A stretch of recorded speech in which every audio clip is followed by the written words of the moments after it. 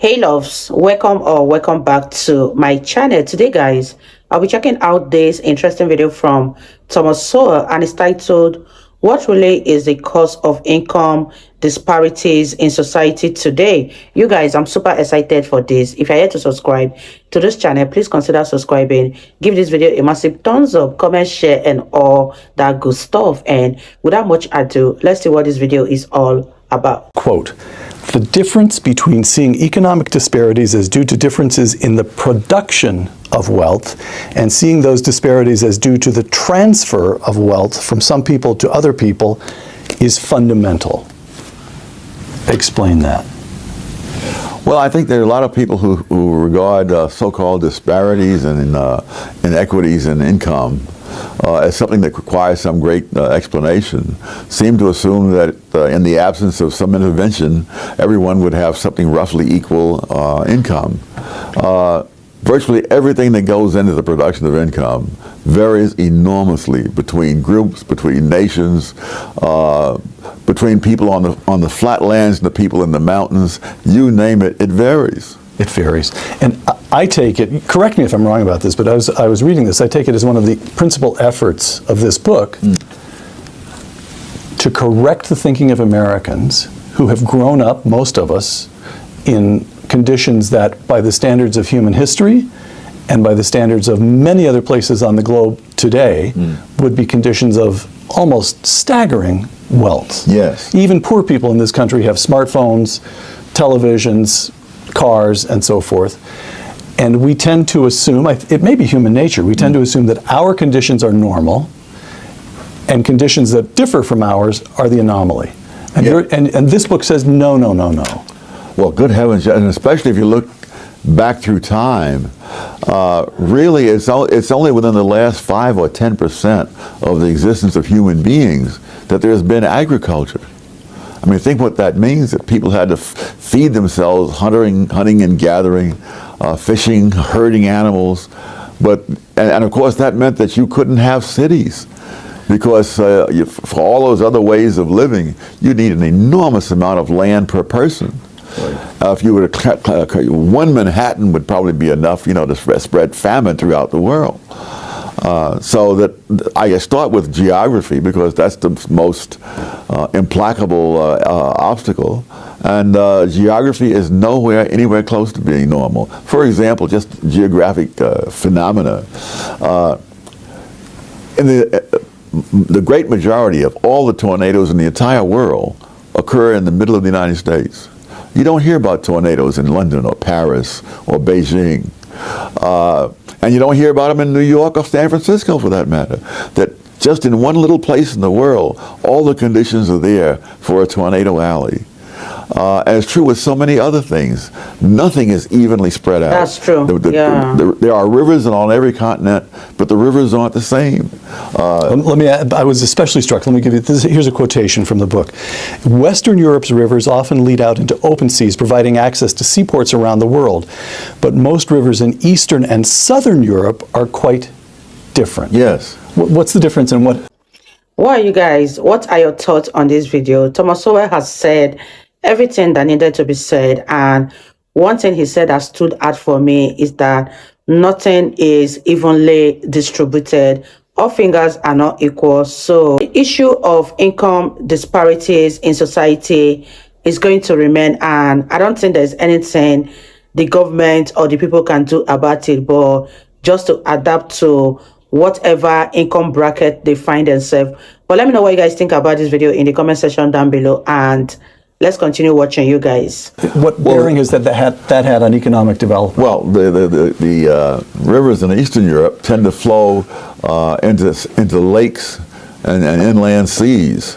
And so when you get to the end of the Danube or the Don, you are not out in the open ocean. You're the Black Sea or the Caspian. That's right. And then if you want to get to the Atlantic, you have to go the entire length of the Mediterranean to get out there. The rivers in Russia, most of those empty into the Arctic Ocean, which is not quite as convenient as the Atlantic or the Pacific. And what that means is that you can't have the commerce, you can't have industry and whatnot, to the same extent that you have. More importantly, you're not connected with the rest of the human race to the same extent. And one of the major findings throughout the book is that isolation almost invariably means poverty and backwardness. In the mountains, yes. If you live in Eastern Europe or Russia and you're cut off from the rest of the world, isolation leads, in fact, well, we'll get to this in a moment, but it seems even to have an effect on cognitive ability, prolonged isolation. Oh, sure. Well, certainly in terms of not just sheer knowledge, you don't have the same knowledge, but more than that, you're not aware of how the basic things of life are done differently in other parts of the world. And so people who are isolated will keep doing things for centuries or thousands of years. Yeah. So, for example, when the British landed in Australia, they find the Australian Aborigines are living really at a Stone Age level. Similarly, when people from Europe came to the Canary Islands, the same thing. They had no idea of iron. In Australia, they had no idea of iron. It's one of the great sources of iron ore in the world. Staying with geography for a moment, again, one of the themes that seems to me to run through the book is this question of your resistance to notions of, to attempting to impose notions of morality on economic conditions. So, for example, with geography, some people happen to be born in Western Europe where the rivers lead to the sea, and some people happen to be born in Russia where some rivers lead to the frozen Arctic and some rivers lead to the Black Sea. And it's nobody's fault. Yes. It's luck. Yes. Or sheer happenstance. Nobody's robbing anybody else. Yes. As one economic historian said, you know, the world has never been a level playing field. From a review of wealth, poverty, and politics in the Washington Post. Now, I'm going to I don't want you to swing at me, all right? Sowell does manage to score a clean hit on those who now complain that income inequality is too high by noting their refusal to say what level of inequality they would consider acceptable. Fair enough.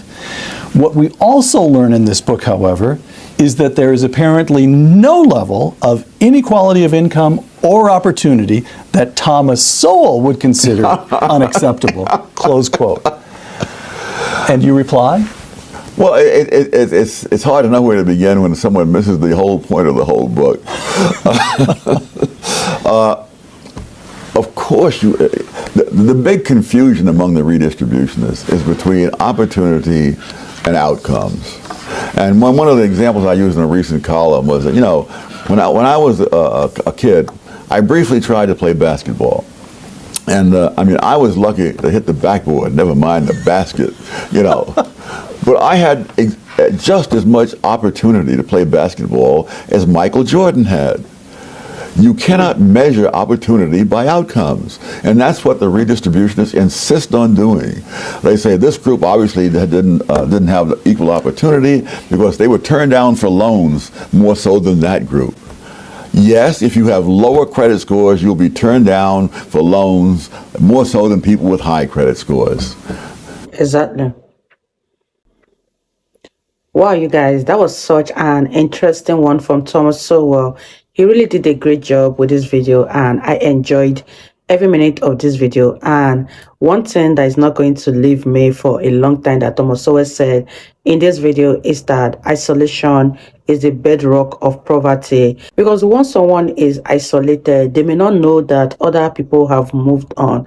They may not know that civilization has reached every other place. Let me know what you guys think about this video in the comment section down below. I really enjoyed every minute of this video. It was so interesting, so informative, and I learned a thing or two from this particular one. And I'll see you all in my next video. Bye guys.